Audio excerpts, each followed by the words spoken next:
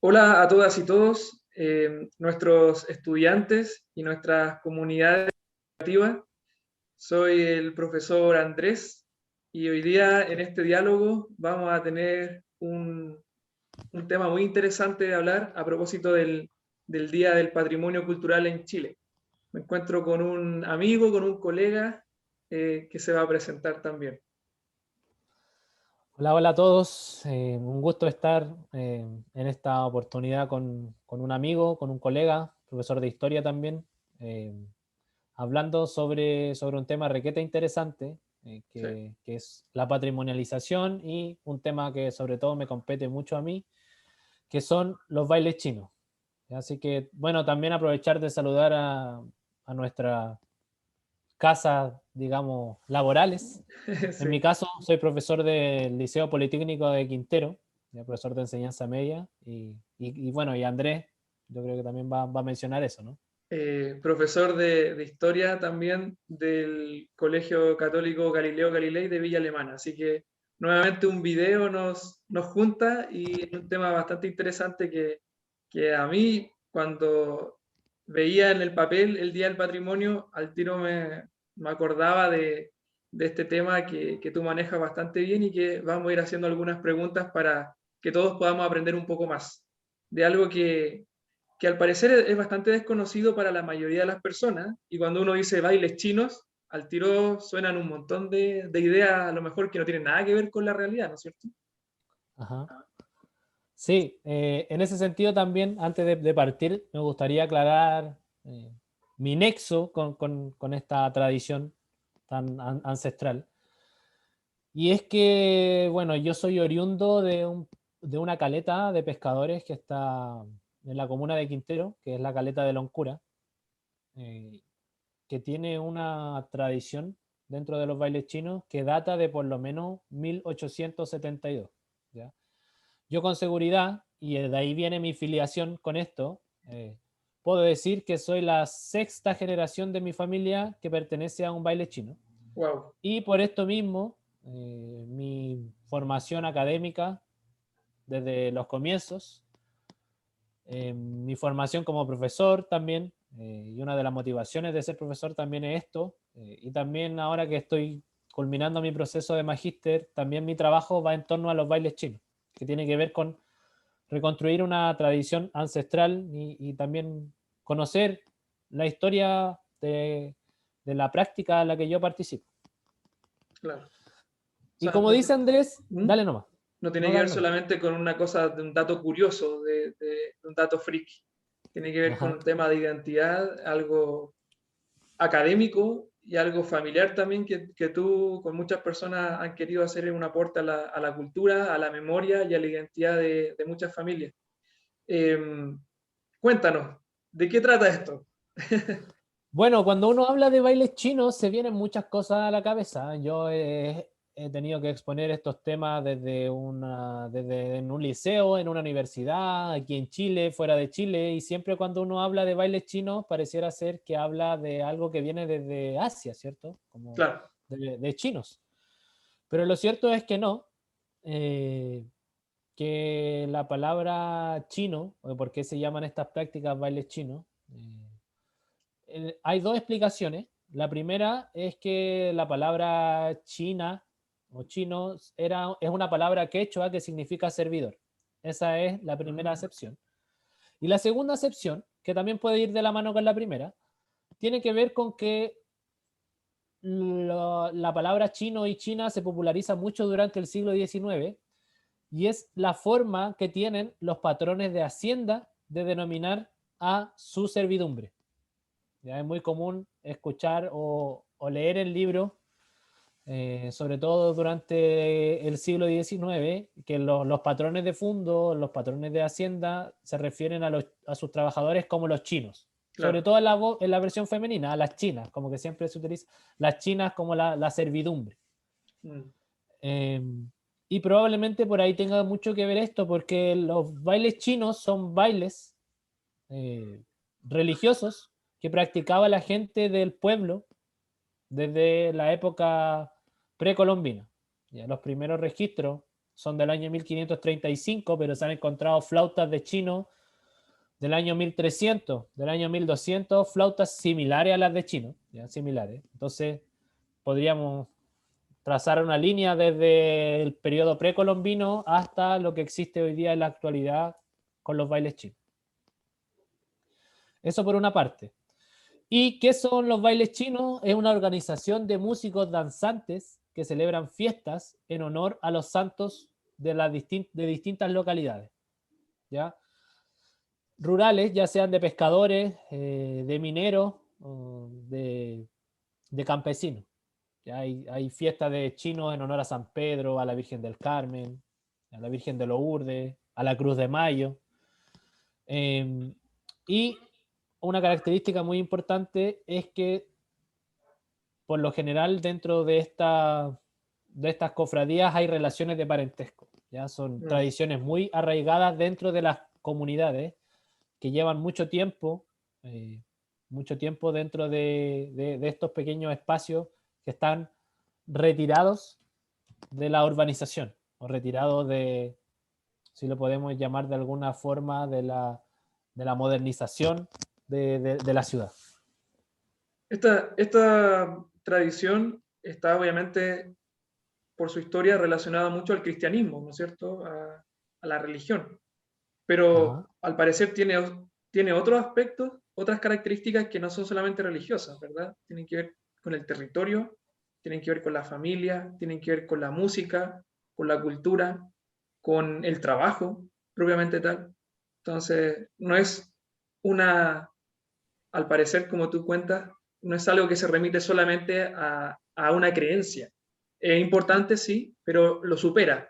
Tiene muchos otros aspectos más que están involucrados, ¿verdad? Ajá. Sí, ¿Cambio? y es interesante también a propósito del tema de la ritualidad y de la fe, como aparece ahí en la imagen, Sí. que en los bailes chinos es lo central, pero alrededor de ellos hay muchas cosas que están constantemente dialogando, que están constantemente relacionándose con los bailes chinos. Sí. Y en la actualidad los bailes chinos tienen que ver con el catolicismo, con un catolicismo popular, ¿ya? Con esta religiosidad popular, que es un concepto que está igual bien manoseado, pero que va muy de la mano con eso, pero que en algún momento lo más probable es que estos bailes eran en honor al mar, en honor a los cerros, a las huacas, en honor eh, al campo, en honor a las lluvias, en honor a todo eso que tiene que ver con una religión precolombina, ¿no? Una Sí. religión ancestral de los pueblos indígenas originarios de la región surandina, si queremos llamarlo de alguna forma. Y alrededor de los bailes chinos, como yo les decía, entonces hay relaciones productivas, se relaciona siempre con oficios, con el campesino, con el pescador, con el minero. Organización territorial también muy importante, ya en torno a la organización de las fiestas, en torno a la vestimenta del baile, a la participación en el baile. Siempre hay una organización muy fuerte y que va de la mano con la identidad. Hay una identidad que caracteriza a cada uno de estos bailes. Y también hay una ritualidad y fe que es innegable, aunque cada chino lo hace podríamos decir, como por un fin distinto al otro. Cada chino baila por algo distinto, ¿ya? De hecho, hay chinos que derechamente no son muy católicos, pero que participan en esto por otro tipo, por continuar una tradición indígena, quizá, otros por continuar una tradición familiar, otros por identidad territorial. Todo eso va muy de la mano. Y algo que no mencioné es que la mayoría de los bailes chinos en Chile están en la cuarta y quinta región, o sea, en la región de Coquimbo y en la región de Valparaíso. Hay algunos también en la zona de la región de Atacama y otros también en la zona de La Tirana. ¿Ya? También hay hay algunos en la zona norte, en el norte grande, digamos. Fíjate que es interesante cuando tú hablas de que las personas hacen esto por distintos motivos. Al tiro se me va a la imagen las fiestas que habitualmente los chilenos, entre comillas, consumimos, ¿no es cierto? Como pasa con Navidad, por ejemplo. Claro. Siempre asociado a la fiesta a algo religioso, a algo espiritual, pero que al parecer con el tiempo se van remitiendo más al regalo, al objeto, al consumo, ¿no es cierto? A la compra y venta de algo. Entonces uno dice, ¿por qué hacer un baile chino cuando no hay ningún pago de por medio? ¿Por qué cuando no me regalan algo? Entonces como de repente uno se mete en el camino de algo extraño si es que uno no está involucrado en eso, ¿no es cierto? Claro. Pero nuestra sociedad, al parecer, ha ido perdiendo el sentido de lo espiritual, de la identidad de un territorio, y algo súper importante que tú lo tocaste un poco, que es la relación con la naturaleza también. Entonces, Ajá. el baile chino también es una excelente excusa para que el ser humano se replantee su relación con el medio ambiente, su relación con el territorio y su relación con sus propias raíces también. Uno que siempre está como copiando o queriendo ser como otras culturas, y de repente la clave, o no sé si la clave, pero sí para aprender y para enriquecer nuestra mente y nuestra vida, de repente algunas claves están en las culturas que están en nuestro mismo lugar, en nuestra misma región. Sí. Sí, eso va muy de la mano, y antes de pasar al tema ya del patrimonio, va muy de la mano con el bombardeo de información, el bombardeo tecnológico, con las exigencias de la modernidad, de la modernización, en donde perdemos cada vez más este sentido de barrio, de esa idea de barrio, eh, de salir a jugar, de pertenecer al club deportivo donde Una juegan mis papás, comunidad. mis primos, mis tíos, a la idea de comunidad, ¿ya? De identidad local que se ha ido perdiendo, y los bailes chinos ofrecen una ventanita a continuar con eso, a Sí. continuar con eso. No es la única, pero es una ventanita que yo trato de dar a conocer. Y bueno, estamos aquí para hablar también del patrimonio y cómo el patrimonio se relaciona con los bailes chinos. Que a propósito ahí, en la próxima diapositiva les voy a comentar por qué estamos hablando de los bailes chinos y qué es lo que los diferencia. Y es que el patrimonio en Chile y en realidad en el mundo ha ido mutando su significado. Por ejemplo, a comienzos del siglo XX, en Chile estaba asociado principalmente a objetos, a museos, Claro. a una identidad nacional. Por ejemplo, en 1910 se hizo una serie de actividades, de muestras, en donde se trataba de rescatar el aniversario del centenario de la independencia. Por lo tanto, ¿qué se levantó en esta primera muestra como de patrimonio? El tema de la identidad nacional con la independencia. Pintura, Luego, escultura, claro. exacto, exacto. Objetos, espada, la espada que usó Bernardo Higgins, los Sí. trajes, cartas, etcétera, etcétera. Eh, Luego, hacia mediados de siglo, sobre todo después de 1920 en adelante, el concepto de patrimonio comienza a surgir, sobre todo después de la Segunda Guerra Mundial, y va muy de la mano con la arquitectura, con tratar de proteger ciertas, cier- ciertas construcciones del ser humano que Huellas, en estaban el en, fondo. exacto, que estaban en peligro de ser destruidas. Se empiezan a declarar como patrimonio de la humanidad, sobre todo a propósito de la UNESCO, Sí, que surge en los años 70. Eh, las pirámides, ruinas de Machu Picchu, ciudades, nosotros tenemos el ejemplo de Valparaíso, sí. y el patrimonio iba muy de la mano con eso. Y hacia comienzos del siglo XXI, en el año 2003 específicamente, se amplía a lo inmaterial. ¿Y qué es lo inmaterial? Tiene que ver con las tradiciones y las costumbres de las personas y cosas que se van pasando de generación en generación. O sea, Claro. conocimientos que se van pasando de generación en generación. Y a comienzos del siglo XXI también esta idea de patrimonio está muy asociada al Estado, ya un rol administrativo, burocrático, crear decretos, leyes que protejan, que nos ayuden como a combatir la desaparición de algunas Claro. prácticas que en algún tiempo fueron muy normales y que ahora pareciera ser que están en peligro de extinción. Sobre eso, dos cosas.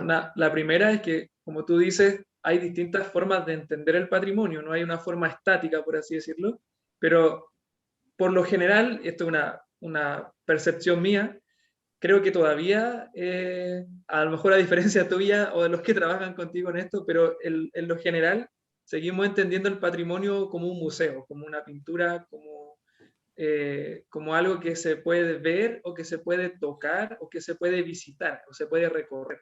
Como de que la cultura uno la visita y uno después sale de la cultura y uno vuelve a su vida normal, a su vida cotidiana.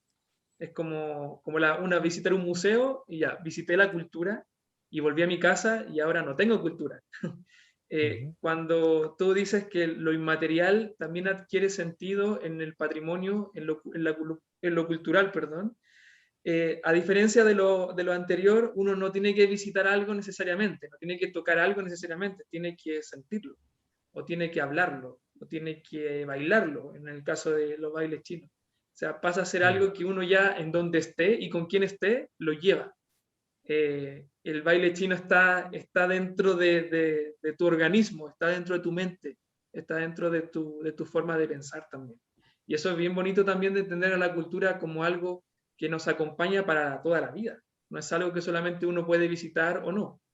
Eh, Así que me gusta pensarlo así también, el baile chino. No sé si está asociado a lo que tú sientes con respecto a eso. sí, sí, evidentemente. Para mí el patrimonio, si bien es un concepto que no me gusta mucho porque va muy asociado ya, disculpen si soy muy crítico a veces, pero va muy asociado con la modernización, con este neocapitalismo, neoliberalismo, Claro, eh, que trata de meter en todos lados o sacar tajada de cualquier lado. Pero el patrimonio para mí está asociado con lo vivo, está mm, asociado con las personas, más que con objetos o con algo que no vaya a cambiar, sino que está asociado con eso, con la interacción, con que puede ir cambiando, con que puede ir retrocediendo, avanzando, se puede ir cambiando, abriendo fronteras, etcétera, etcétera. abrirse a esa posibilidad. Exacto. Y aquí aparece un organismo muy importante que es la UNESCO, que en 1972 saca una declaratoria, la declaratoria de que hay que proteger, tenemos que proteger ciertas cosas de nosotros mismos, o sea, Claro. tenemos que proteger cosas que ha creado la humanidad de la misma humanidad, ¿ya? Sobre todo a propósito de las guerras mundiales, de los bombardeos, de los atentados, de los rayados, etcétera, etcétera. Y trata de homogenizar a un montón de obras arquitectónicas, desde las más antiguas hasta las más contemporáneas, y darle una autenticidad a cada una de ellas. O sea, lo que logra estar dentro de la UNESCO pareciera ser que es como un arca de Noé, ¿no? Como los animales que son salvados de la destrucción, y pareciera ser que solo lo que está dentro de la UNESCO puede ingresar a esta arca de Noé, digamos que yo lo utilizo como una metáfora, ¿no? Claro. Eh, donde solo los animales que son elegidos son los que son salvados. Y pareciera ser que eso pasa con la UNESCO, ¿no? Que hay algunas cosas que son dignas de proteger y otras, pucha, qué pena. Si desaparecen, desaparecen.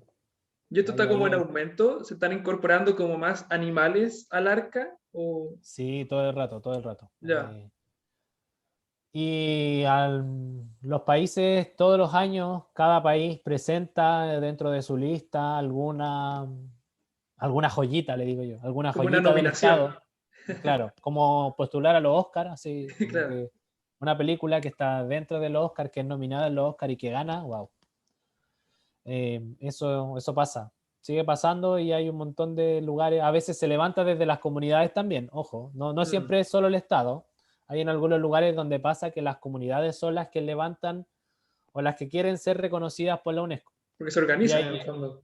sí, que se organizan, ¿ya? Pero la mayoría de ellas es el Estado el que levanta las candidaturas, pero sí tiene que tener el apoyo de la comunidad. O sea, la Sí. UNESCO le exige a los estados de que hayan firmas de carta, de que haya algún respaldo. Pero eso sucede.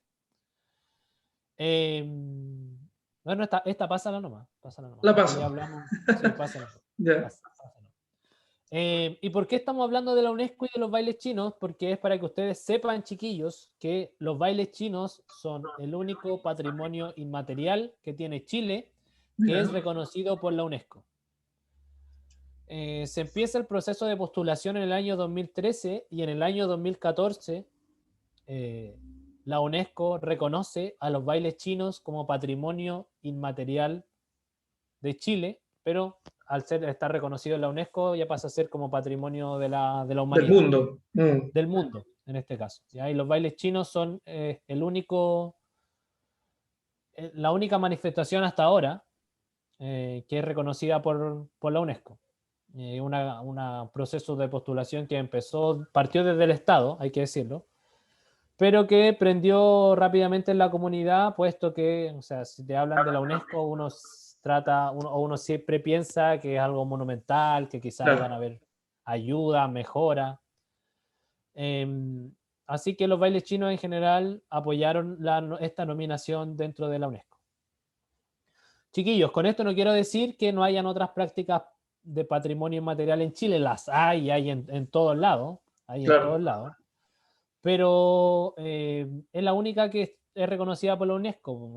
El Estado de Chile reconoce otro tipo de prácticas, hay una veintena de ellas, hay carpinteros de ribera, artesanos, Los eh, chinchineros. los chinchineros, Quasimodo, la bohemia Claro, porteña en Valparaíso, los dulces de la Ligua también. también. Y así Pomaire, la artesanía de greda de Pomaire y varias prácticas así, pero ninguna de ellas está reconocida por la UNESCO. Claro. Y la pregunta que hay que hacerse es ¿por qué los chinos y no otras prácticas? Según la postulación que se hace desde el Ministerio de Cultura, ex Consejo de Cultura, que está en Valparaíso, eh, ¿Ya? que es porque tiene una tradición histórica que data al menos de 1535, porque están presentes en varias regiones, en Tarapacá, Atacama, Coquimbo, Valparaíso y región metropolitana, porque representa la cultura chilena, que es una cultura mestiza, Sí. porque tiene danzas e instrumentos indígenas y además responde a un calendario ritual católico que tiene que ver con lo español. Entonces, eso es lo que lo diferencia de quizás otras tradiciones. Eh, Sí, yo creo que podrían haber algunas otras más de Chile, pero eso es lo que diferencia los bailes chinos y por eso son reconocidos como patrimonio inmaterial en la UNESCO. ¿Ya? Y eso es lo que los diferencia. Así Claro. que bien interesante. Oye, esta celebración que se hace todos los años fue interrumpida por la pandemia, ¿verdad? Sí, para el caso, por ejemplo, de la fiesta de San Pedro, que es de la localidad en donde que yo pertenezco y al baile chino que yo pertenezco, Claro. nunca se había suspendido una fiesta de San Pedro. A veces se había topado incluso con un día de elecciones, a veces se había topado con temporales enormes donde el mar se salía en el pueblo, con lluvias torrenciales y nunca se había suspendido y el año pasado no se hizo, 29 de junio, y lo más probable que este año, o sea, no lo más probable, ya no se hizo de hecho. Claro. Ya estamos a un mes y no se va a hacer la fiesta. Y así pasó en la mayoría de los otros lugares donde se celebra la fiesta de chinos, donde se celebran fiestas Claro. de chinos. Pero no por eso desaparece. De hecho, estamos hablando de este tema por lo mismo, para que esto nos genere un recuerdo, un aprendizaje a todos los que nunca habían escuchado de esto, o si alguno había escuchado esto y a lo mejor decía, no, esto tiene que ver con otra cosa, y ahora ya más o menos tiene una pincelada, una explicación general de qué se trata esto. La invitación es que cuando aparezcan documentales, reportajes o libros, que tú también estás trabajando en eso, nos podamos acercar más a este tipo de cultura, a este tipo de patrimonio y a muchos otros, que podamos entender que hay muchas personas que se organizan en Chile y no solamente se organizan para algo específico, se organizan para tradiciones, se organizan para perpetuar una forma de vida, una forma de pensar, una forma de comunidad. Entonces el baile chino tiene muchas aristas, tiene muchos mundos que están todos conectados como un solo universo. Entonces es bastante interesante el que esto se siga manteniendo. Genial que tu comunidad se pueda seguir organizando y ojalá que yo y todos los que podamos en algún momento participar de esta celebración cuando se pueda. Va a ser una experiencia totalmente nueva y renovadora para la vida y para la mentalidad de todos nosotros. Así que gracias Esteban por este diálogo que ojalá que a muchos les vaya picando el bichito cultural de poder adentrarse a conocer culturas que no están en Asia, que no están en Norteamérica, que no están en Santiago, están en nuestra región. Así que no tenemos excusa para hacernos los locos y decir que no sabemos sobre esto y que no nos pertenece. Ajá. Sí, para ya ir finalizando y también agradecer esta invitación, que siempre es agradable tener conversaciones y sobre todo tratar de llevar este tipo de, no sé si de conocimiento, pero sí de informar a los chiquillos de que conozcan su territorio, de que conozcan su región, de que conozcan las tradiciones. También, si quieren, bueno, de hecho lo vamos a hacer, en la descripción del video vamos a pegar una página, que es bailechinos.cl, que ahí se sube material constantemente, se suben investigaciones, se suben videos, se suben fotografías, para poder ir Buenísimo. conociendo mucho más esta tradición.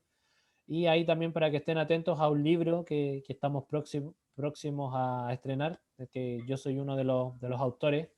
Probablemente esté listo, yo diría que a mediados de julio, fines de julio. Así que para que estén atentos también ahí a esa página y puedan conocer esta hermosa tradición. Así que nada más que decir, despedirme y un abrazo para todos. Un abrazo a todas y todos y a cuidarse. Gracias, Esteban. Nos estamos viendo en otro diálogo en otro momento. Hasta Cuídate. luego. Chau, Chao. chau.